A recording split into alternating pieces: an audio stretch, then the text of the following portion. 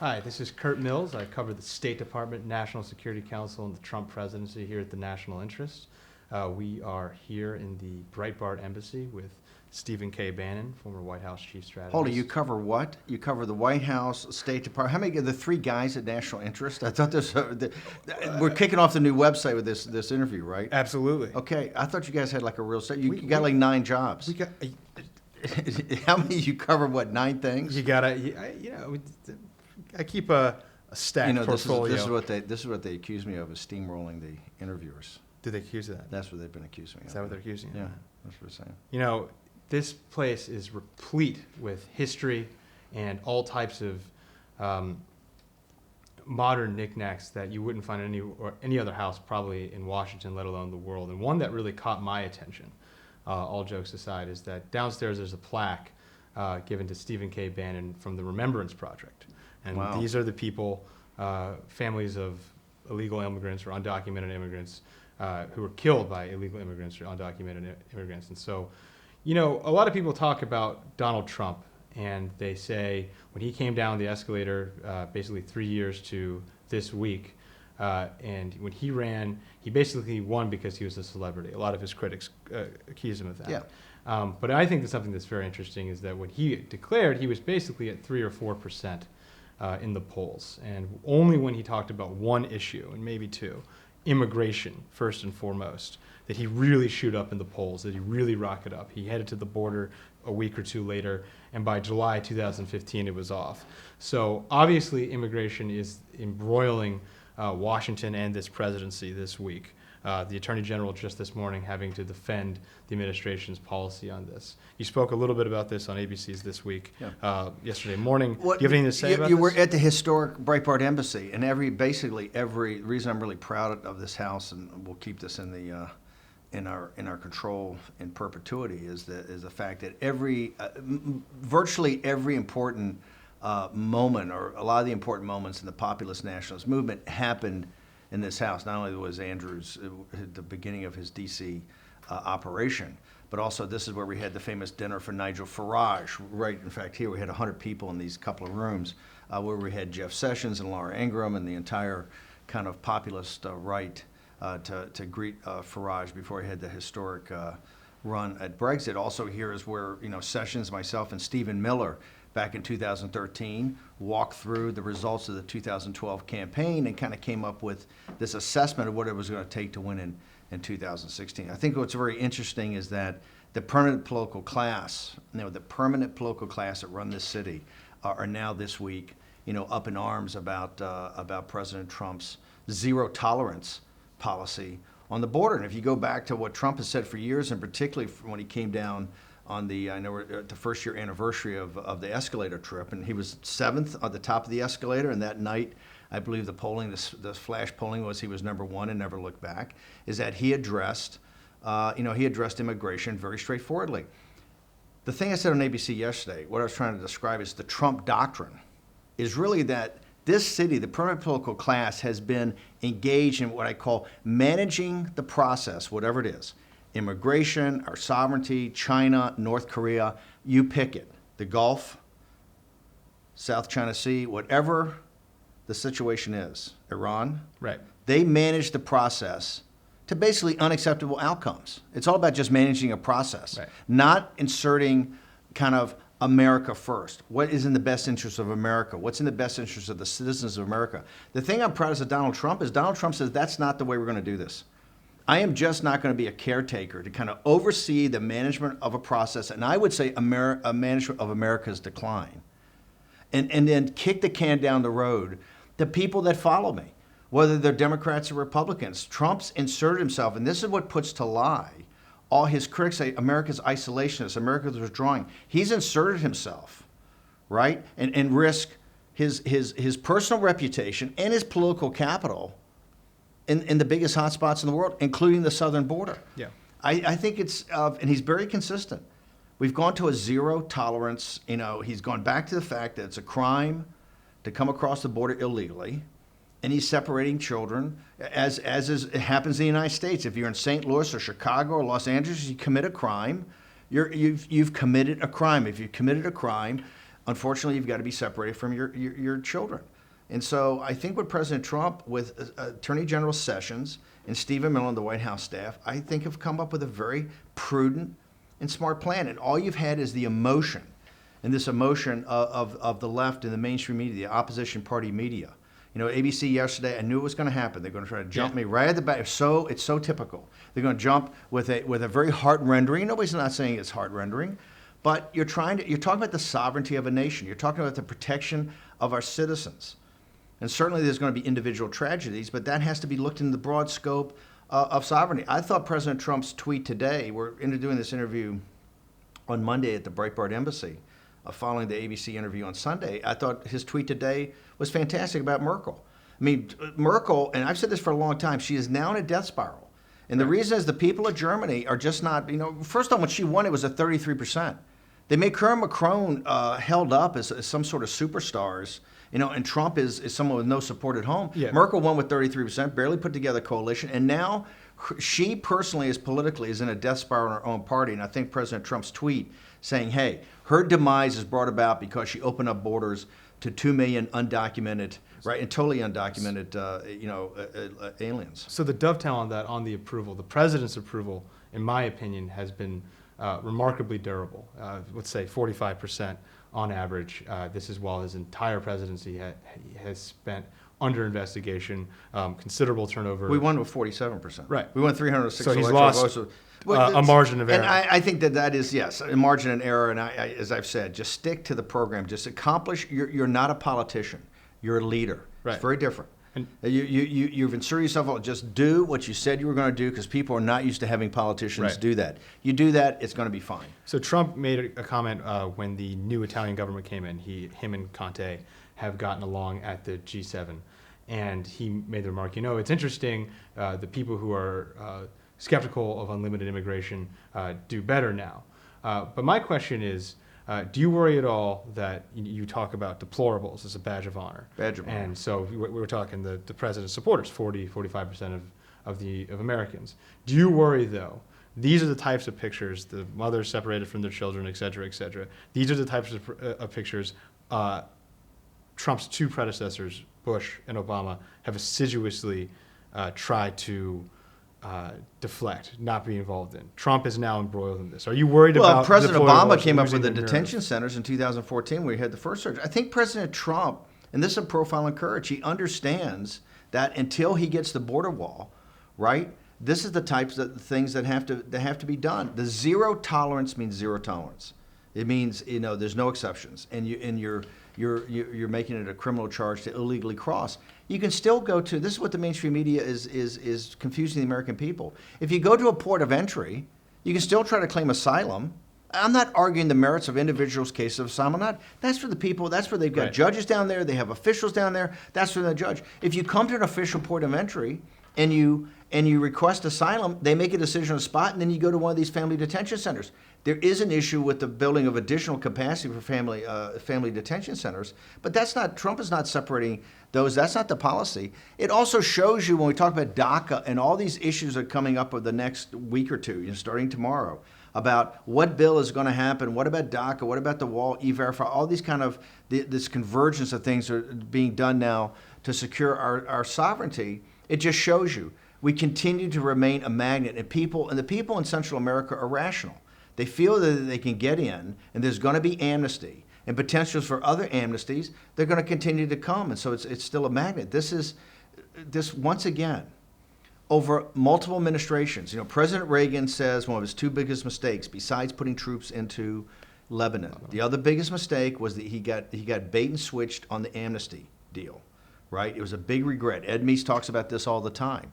Is every administration since then has managed the process to unacceptable outcomes.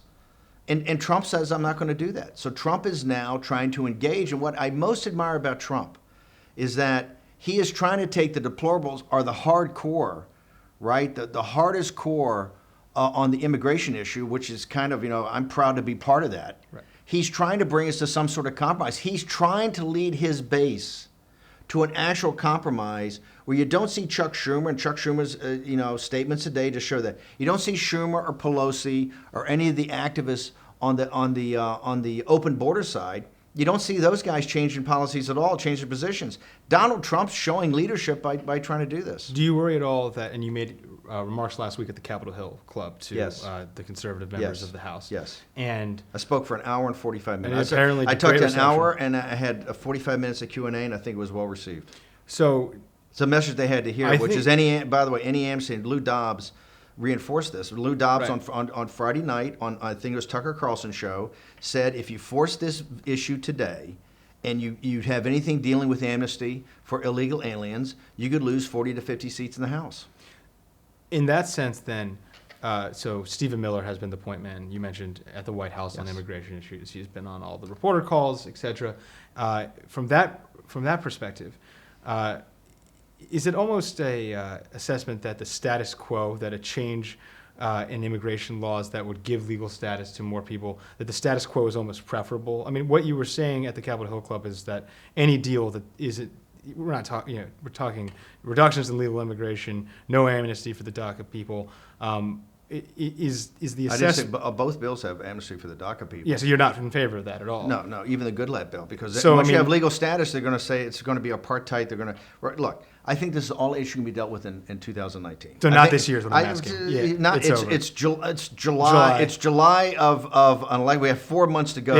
Yeah. And I term this and I phrase this as Trump's first reelect. Yeah. The Democrats and the opposition party media did win one thing and got one thing. They wanted a do-over.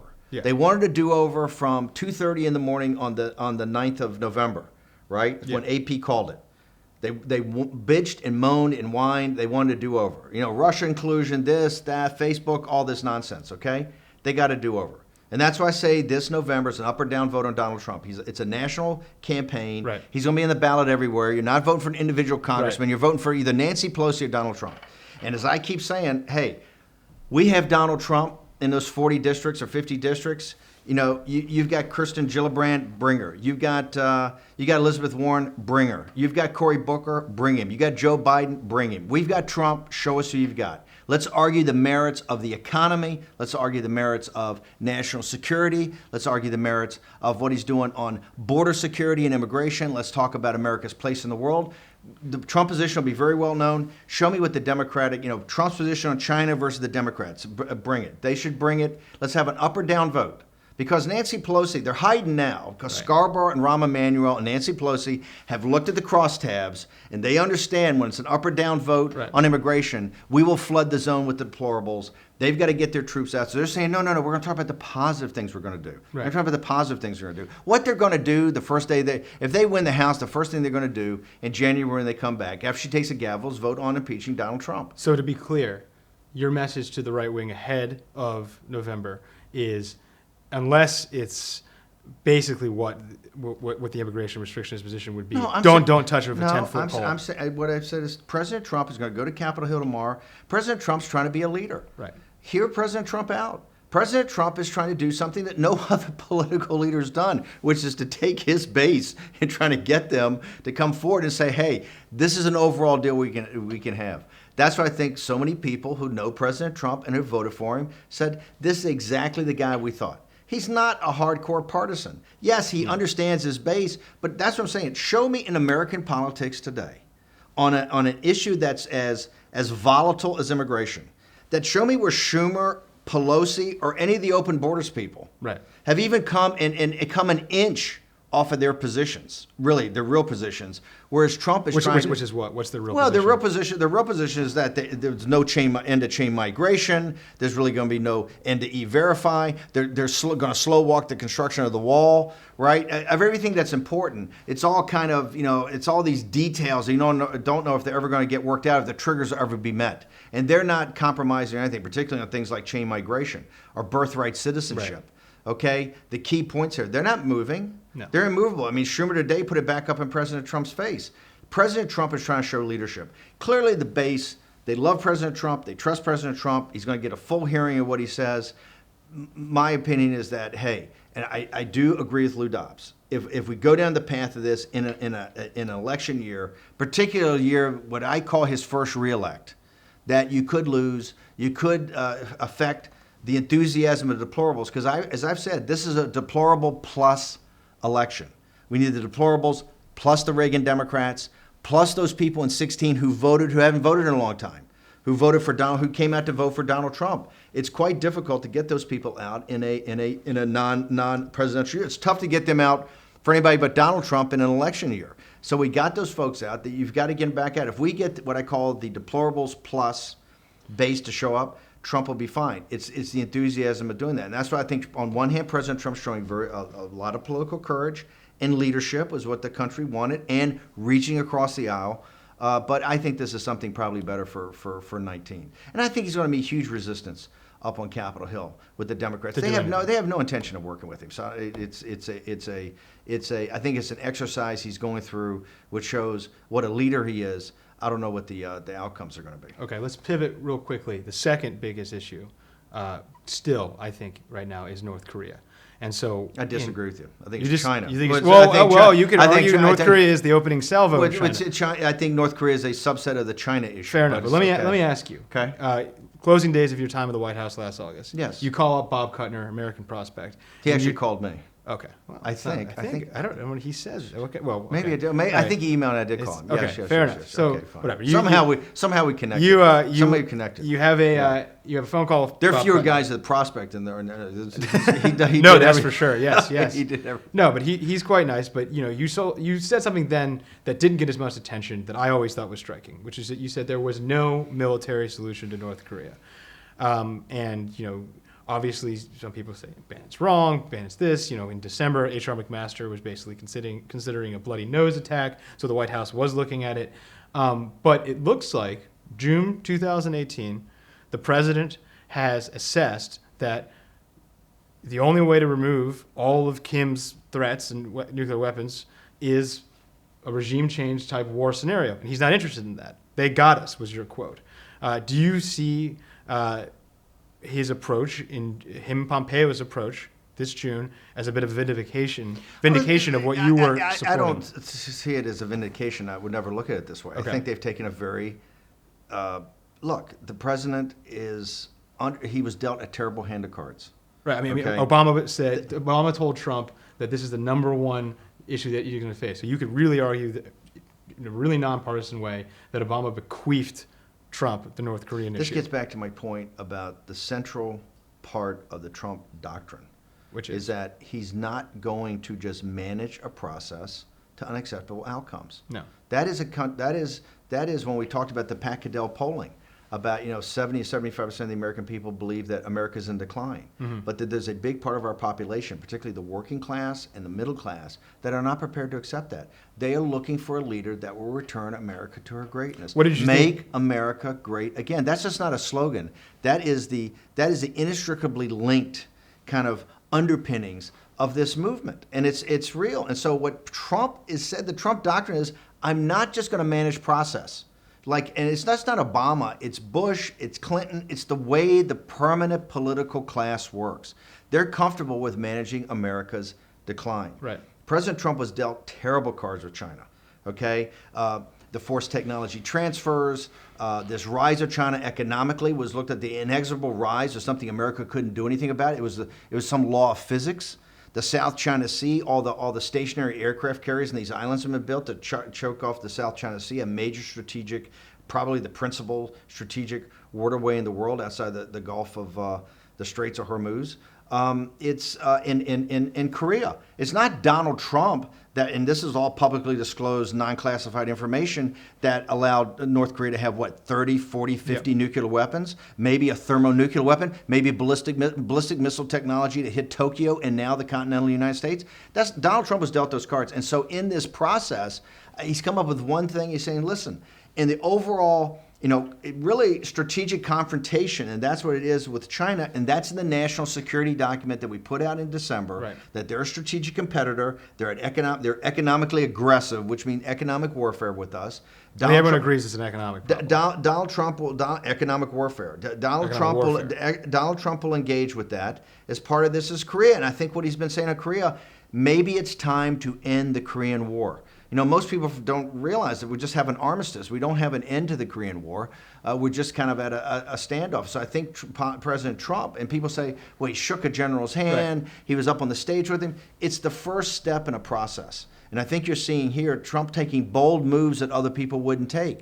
And we haven't given anything up. The sanctions are still there. The North Koreans have given up some of the hostages, you know, some of their prisoners. They've accommodated us on a number of issues. We really haven't. The joint exercises, you know, I was in the 7th Fleet, okay? I've been on those exercises with the Korean Navy. The 7th Fleet's still going to be doing their exercises. The American 28,000 combat troops in South Korea around Seoul of the United States and the DMZ are still going to be doing their exercises. The ROK Army, the Republic of Korea Army, and the Navy are still going to be doing their exercises.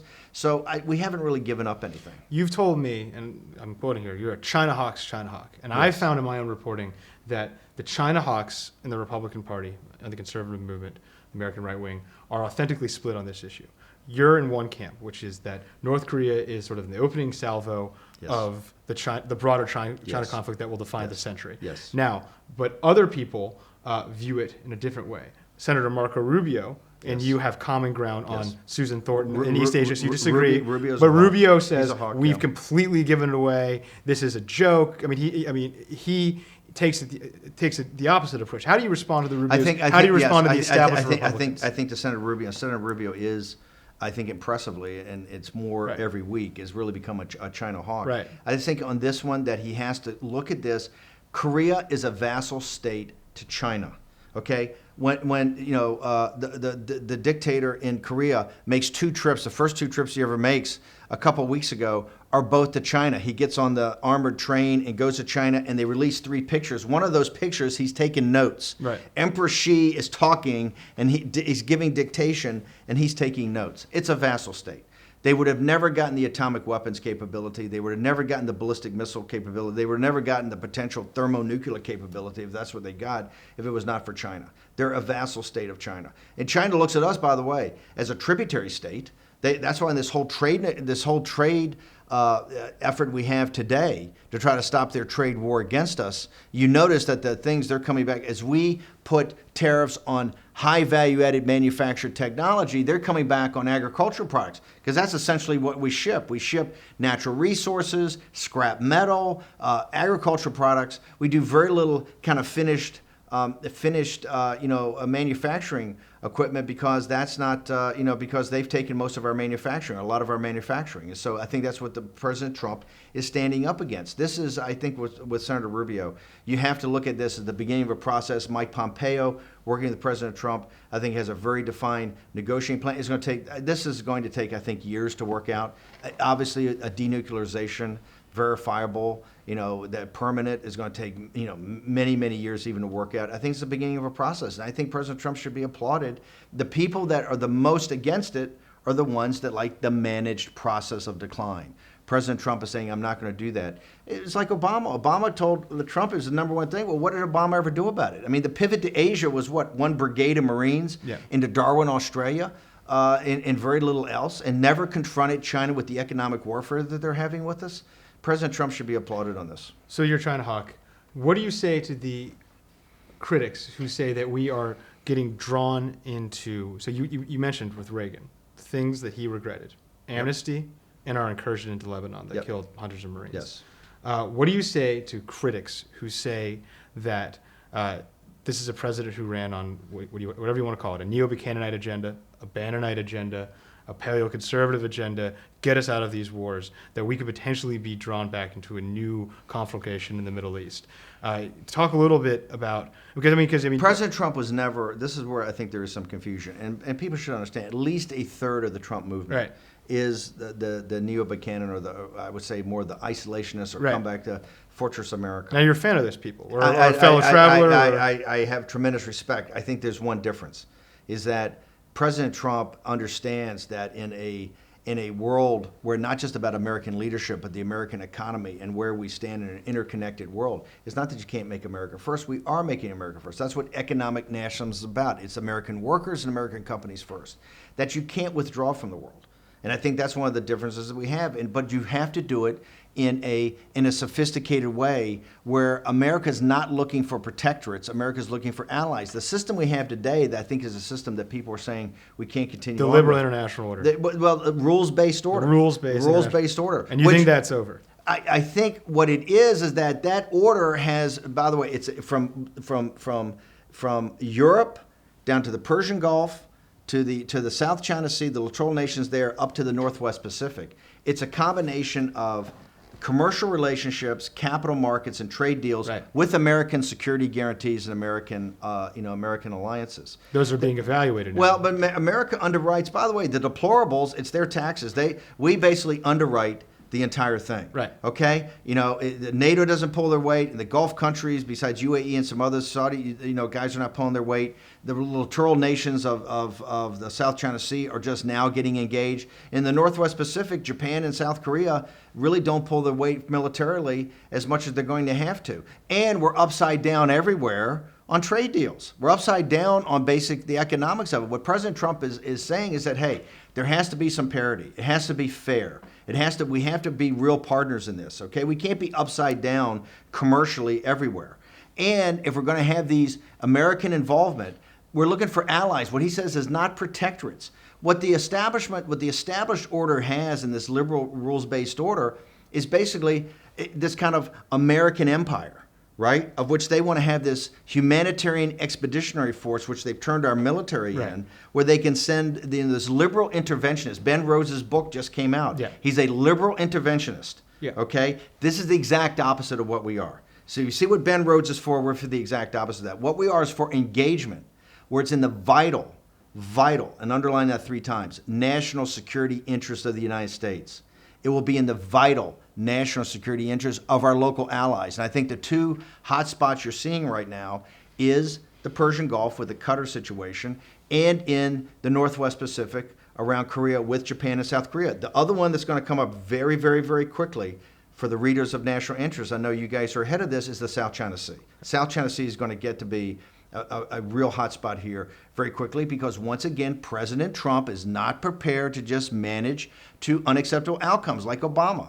Obama went to this thing of safe navigation where we would play by the rules of the Chinese. President Trump is saying, no, this is international waters, and I believe you're going to get to the point where those man-made islands are deemed unacceptable, particularly unacceptable by us or the UN. I think. Well, first off, it's already been. They lost the international law. They lost the adjudication to the Philippines and other nations, of which China is not abiding by. Right. So they've already lost that. Okay, you should enforce that. But I'm saying that as they reinforce these islands with radar, missiles, and combat aircraft, there's going to be some point. I said on my radio show, I think in 2015.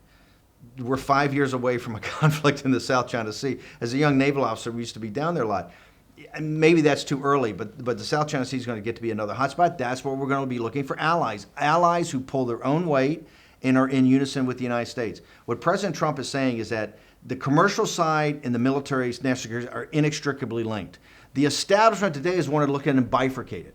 Trump has taken a sophisticated businessman's view and said, no, you can't do that. These are inextricably linked. And that's why you're seeing the complaining among some of the NATO countries, particularly Germany. I also would like to reemphasize where President Trump, I think, gets stronger every day, his opposition, like Merkel, gets weaker. I mean, who knows if Merkel's even going to be around? How do you respond to the critics who say that this is a president who's picking a fight with allies? Germany is a traditional ally of the United States. When we say traditional ally, how can you say traditional ally when they get a free option?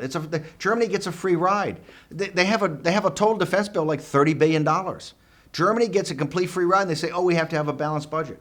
Germany has gotten a total free ride on the United States. And what people in the United States are saying is that, not that the German people aren't allies, but you've got to pick up, you've got to start to pull your weight. NATO, the EU itself, okay, is the same. How long the does EU itself is the same. The EU itself is the same size, population-wise, has the same size economy as the United States. Yet we pick up 6 times the defense bill. It can't go on. This is one of the reasons, besides the welfare state, one of the reasons we have the structural deficits we have today, which, by the way, have to be financed, but 2/3 by China. One of the reasons we have the structural deficits is that these obligations have not been pulled back. What President Trump is trying to do is to do that and get our local partners, our local allies, not protectorates. Right now, NATO and the EU as a protectorate of the United States. And what President Trump is trying to say, and the Secretary General of NATO came to us Right. and said, you're the best thing I ever saw. I've been trying to push these guys to pay the 2% minimum. They won't do it unless you put pressure on it. So please, President Trump, continue to do that. Last question. Yes. The EU, is that something the United States can work with going forward? Does it have 5, 10 years? Do you think I it's think gonna if the EU, I think you see this in the Italian election. I mean, you see this. I mean, Trump clearly comfortable working with Conte, clearly comfortable working somewhat with Macron, and somewhat with May. But can you work? But he did say last week with Juncker and these guys, he had good meetings. I mean, he said that. He said that. Yeah. By the way, what I love about Trump and the Yeah. G7, which has been underreported, after that whole contentious first day Right. about tariffs, about this, about that, the pure Trump, he goes in on Saturday morning and says, "Hey, I got an idea. How about this? No tariffs. We'll have absolutely no tariffs, zero everywhere, but no subsidies." And Macron and the French were like dead silent, Yeah. right? Because they can't. The French heavily subsidize their state champions, right? As does China, which is the issue here. I think President Trump that's an issue for Europe to decide. I think the sea change we've seen. If you take Macron's speech, Well, you spent a lot of time in Europe. I mean, here's where things happen. If you spend, it's a fascination of mine because it's about 6 months to a year ahead of the United States as far as this populist nationalist revolt, Yeah. and that's why Italy is so important. If you look, Italy's center of the world right now. I think of the political world, as far as the populist nationalists, I think you're seeing a lot because you're seeing the merger of populism and nationalism. You're seeing people set aside the left-right difference Right. between Five Star and the League, right? Are you surprised by that? Not at all. I advocated it for as soon as I saw when I went around in the election and saw the run-up to the election and saw the intensity. Somebody had an article about today about young people being engaged. I saw young people engaged in these two campaigns with crowds that are the relative size with the kind of Trump rally crowds. Young people engaged in the biggest issues of the day. Politics was not boring. Young people are searching.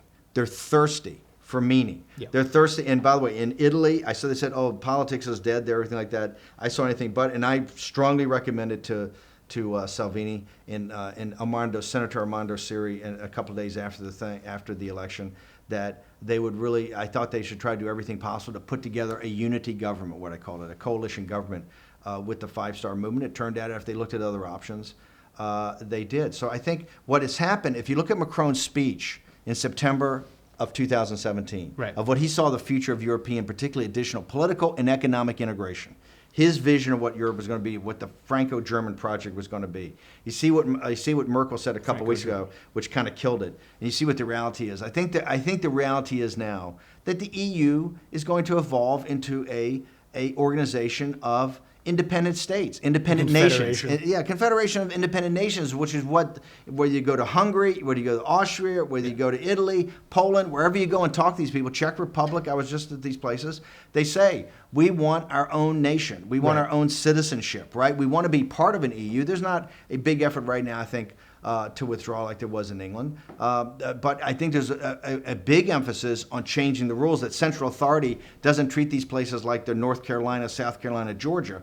They want to be independent nations, and I think that's what you're going to see. So I think the Macron vision of the EU as a group of states like the United States is dead, and I think you're going to have Do you think situation Trump and where, Macron's relationship will hold up, or do you think it's due to fray? Well, I think it's already started to fray because different policies. First off, President Trump once again is shown, I think, tremendous diplomacy that he has Macron over for a couple of days. Right. Macron's speech to Congress, where he really went in and I thought attacked the heart of the Trump movement. I thought it was a knife. I thought it was very unfair. Yeah. And also I thought it was just not appropriate to come over and do that and get all these standing ovations from the Democrats and other people when they talk about nationalism. President Trump's economic nationalism, once again, doesn't care about your race, doesn't care about your color, doesn't care about your religion, your ethnicity, your gender, your sexual preference. So it doesn't care. It cares about whether you're an American citizen or not. Your citizenship is the key to that. And I think President Trump's been adamant about that, and Macron has fought that